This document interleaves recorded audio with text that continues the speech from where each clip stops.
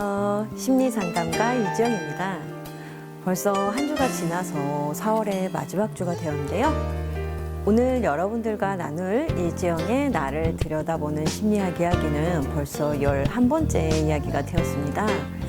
그래서 오늘은 여러분들과 성격 장애 혹은 인격 장애라고 하는 그런 주제에 대해서 여러분들과 나눠보겠습니다. 예, 성격 장애, 인격 장애 좀 들어보셨는지 모르겠는데요. 우리가 이제 태어나서 계속 살아가면서 여러 가지 사람들과 관계를 맺게 됩니다. 그래서 다양한 사람들을 만나게 되는데요. 그러다 보면은 조금 어떤 사람들은 조금 이 사람은 좀 지나칠 정도로 많이 힘들다, 어렵다, 이렇게 관계가 느껴지시는 그런 분들이 가끔 있습니다. 저도 이제 좀 몇 번 그런 경험을 했었는데요.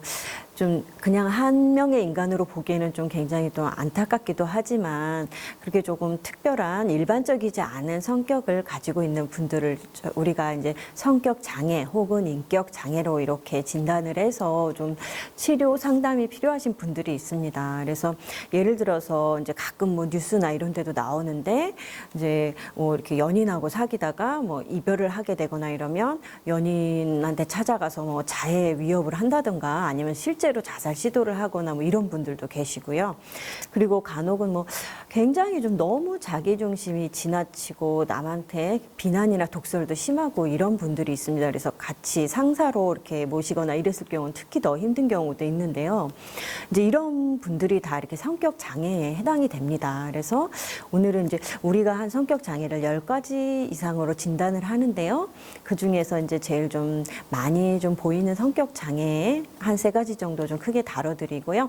그리고 이제 그 외에는 간단하게 좀 다뤄드리는 그런 시간을 가져보려고 합니다. 그래서 여러분들이 좀 참고를 하셔서 혹시 관계에서 굉장히 힘든 사람이 있다면 가족이 될 수도 있습니다. 그래서 혹시 그러면 이런 성격 장애가 아닌가 이렇게 좀 추측을 해보실 수도 있고요. 그리고 본인이 좀 괴로움을 느껴서 다행히 좀 상담센터나 이런 곳을 통해서 치료를 받으시면 좋으실 텐데 그렇지 않을 경우도 주변에서 권하기도 좀 쉽지는 않지만 치료가 있지 않으면 조금 본인이나 주변 사람들이나 다 사회생활, 서로 관계를 맺는 데 있어서 조금은 힘들 수가 있기 때문에 그런 성격 장애에는 어떤 종류가 있고 그리고 어떤 특징들을 보여주는지 오늘 그럼 여러분들 한번 이 시간을 통해서 배워보시면 좋을 것 같습니다.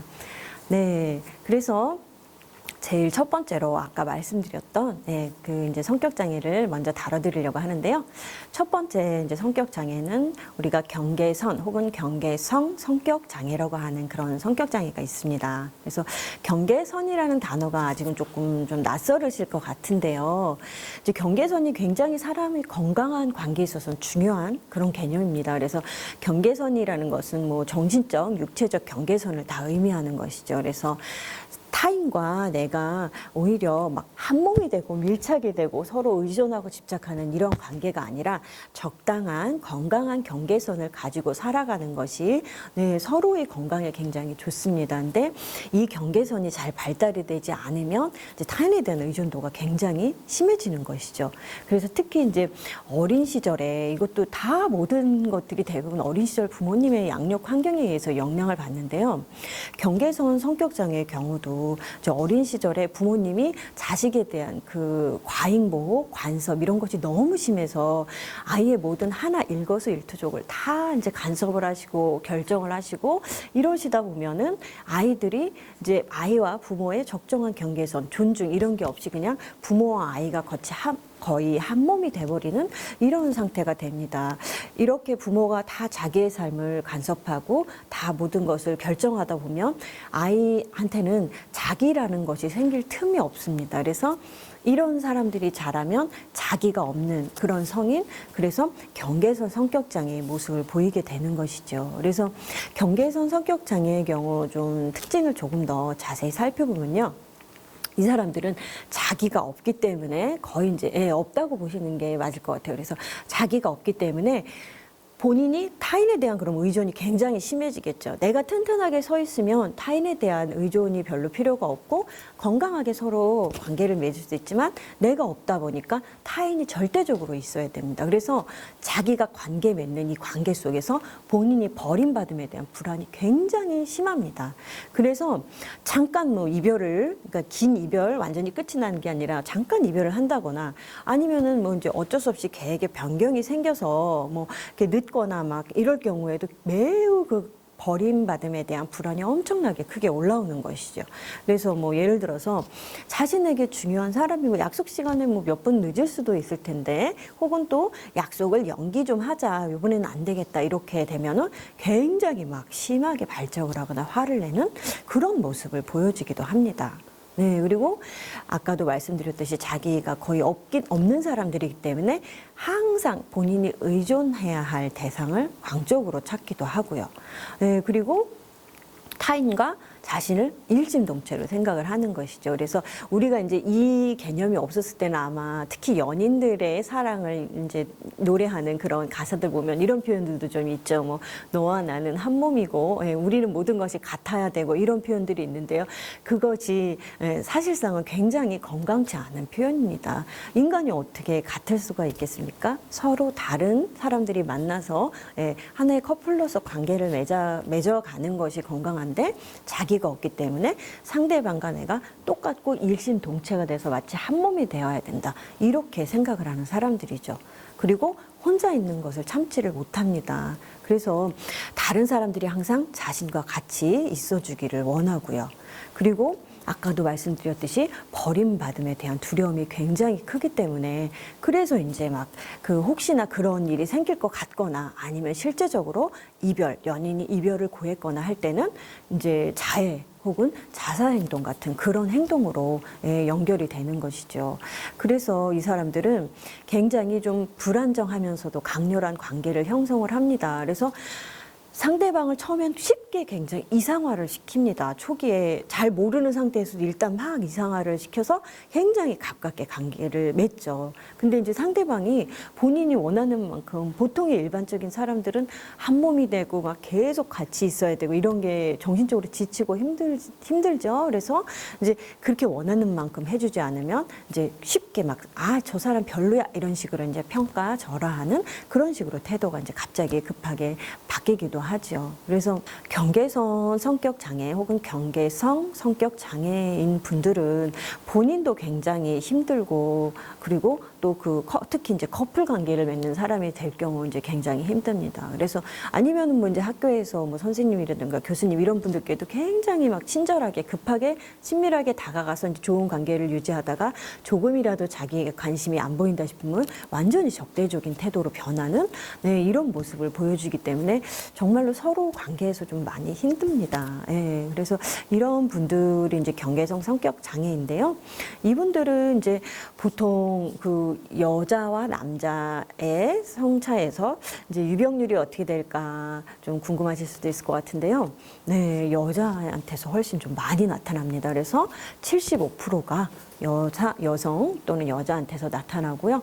그리고 이제 경계선 성격 장애가 인구의 한 2% 정도는 경계선 성격 장애가 있다고 합니다. 그리고 두 번째로 또 좀 많이 보여지는 모습이 자기애성 성격 장애라는 성격 장애가 있습니다.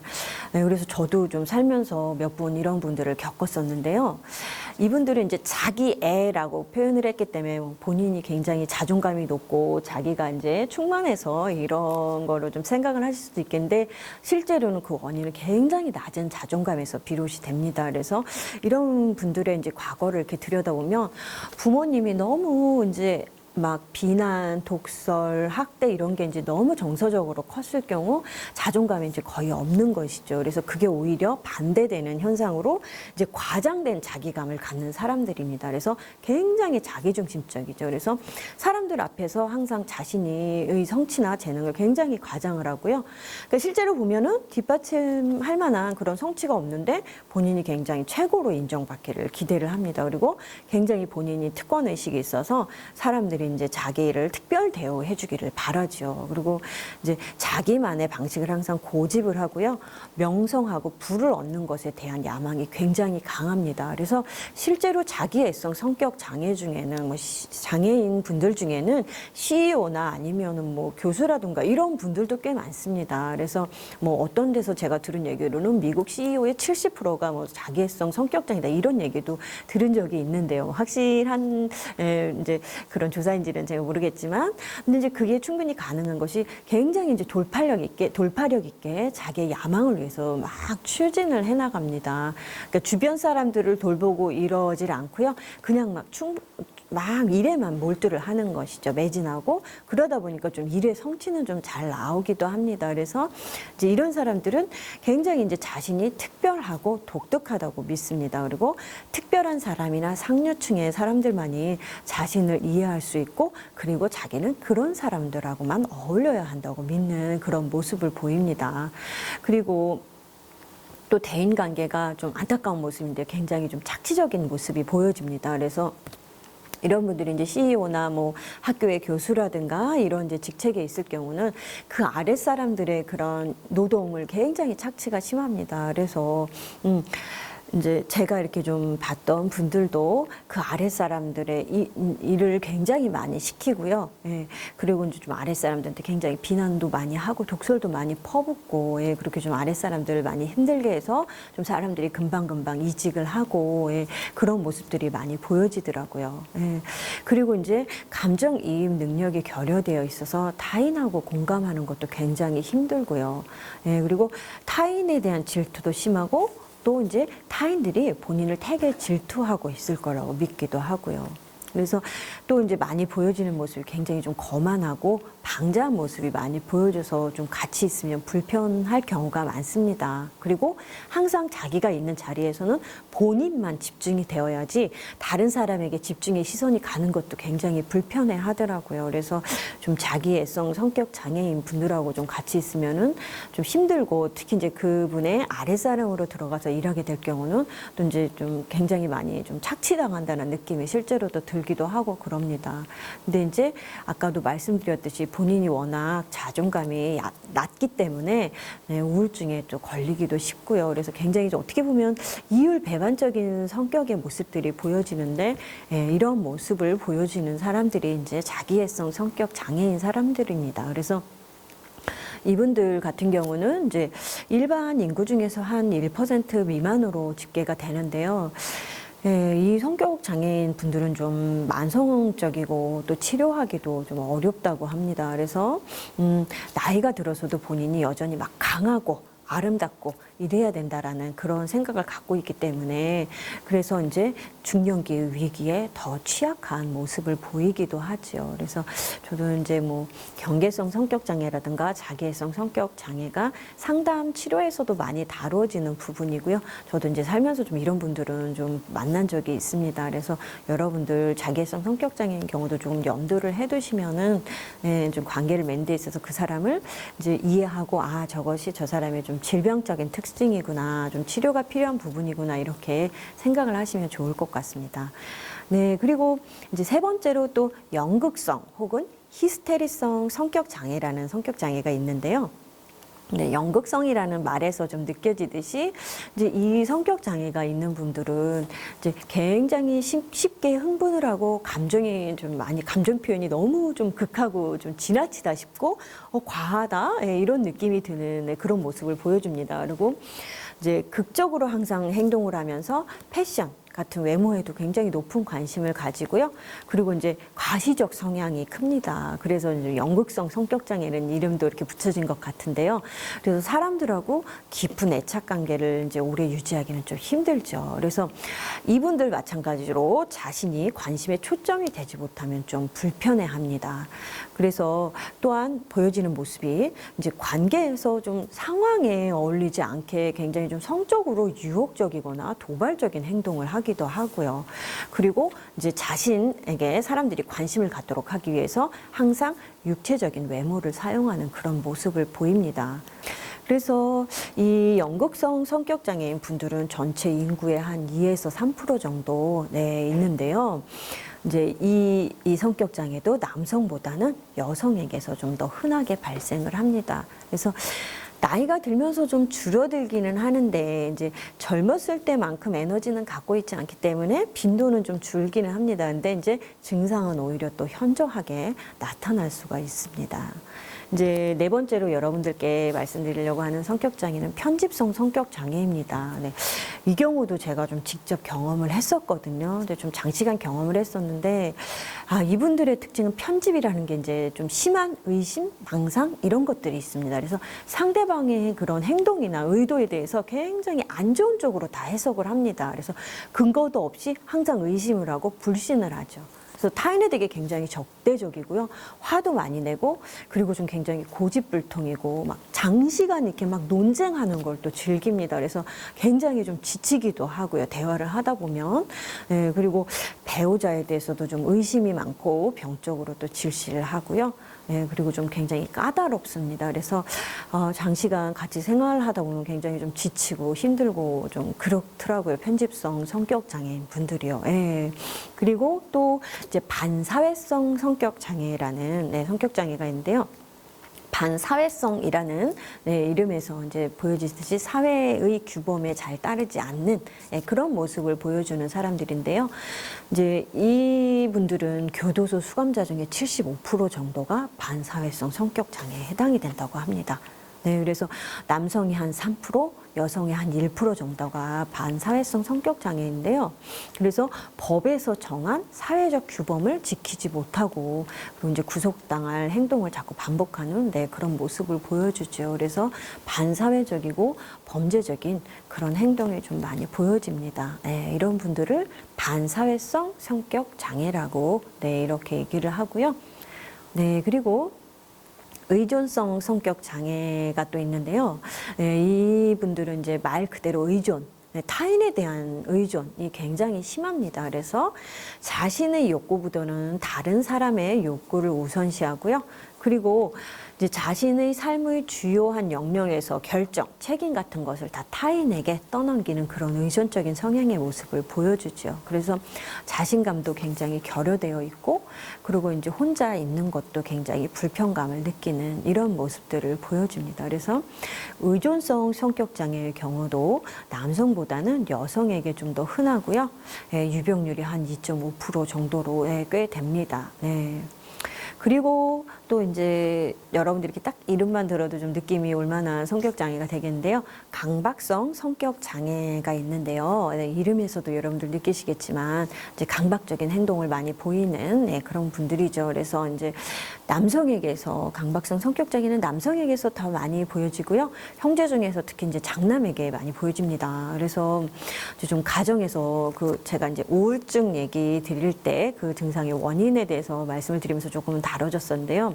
가정에서 이제 부모님들이 너무 엄격하게 막 딱딱하게 이렇게 아이들한테 요구를 하다 보면은 아이들이 이제 부모의 욕구에 맞추려다 보니까 굉장히 이제 자신을 지나치게 억압을 하고 완벽주의로 가기가 쉽습니다. 그래서 이제 이런 모습들이 특히 또 부모님들이 장남에게 많이 요구를 하고 책임을 지우다 보니까 장남들에게서 많이 나타나죠. 그래서 이제 감정 같은 것도 너무 진지하고 엄숙하게조차 하고요. 정리정돈에 굉장히 몰두하고 이제 아까도 말씀드렸듯이 완벽주의, 그리고 자신의 마음을 너무 통제하고 관계에서도 굉장히 통제하려고 하는 그런 모습들이 보여집니다. 그래서 융통성도 좀 없게 느껴지고요. 그리고 이제 너무 완벽주의를 따지다 보면은 일의 효율이 떨어지겠죠. 그래서 이제 효율성도 조금 부족한 그런 모습을 보여지게 됩니다. 네, 이렇게 해서 오늘 조금 10가지 성격 장애를 다뤄드리다 보니까 조금은 숨가쁘게 좀 달려왔는데요. 조금 헷갈리시지는 않을지 모르겠는데 좀 제일 중요한 좀 장애 몇 가지라도 좀 기억을 해두셨다가 좀 관계에서 좀 너무 좀 힘들다, 불편하다 이렇게 느껴지시는 분들은 좀 이렇게 추측을 해보실 수 있을 것 같습니다. 그래서 좀 치료도 필요하고요. 그래서 서로 이제 관계가 좀 더 편해질 수 있으면 좋겠다는 그런 생각이 들어서 오늘은 여러분들께 성격 장애 혹은 인격 장애라고 우리가 이제 상담가들이 얘기하는 그런 정신병리의 부분을 여러분들께 다뤄드렸습니다. 네, 오늘 이렇게 다뤄드린 내용도 여러분들께 많은 도움이 되셨는지 모르겠는데요. 예, 벌써 4월이 이렇게 다 지나가 버렸네요. 예, 그래서 이제 계절의 여왕, 5월이 오는데 저는 그러면 5월 달에 여러분들과 또 다른 주제를 가지고 다시 찾아뵙도록 하겠습니다. 네, 시청해 주셔서 감사합니다.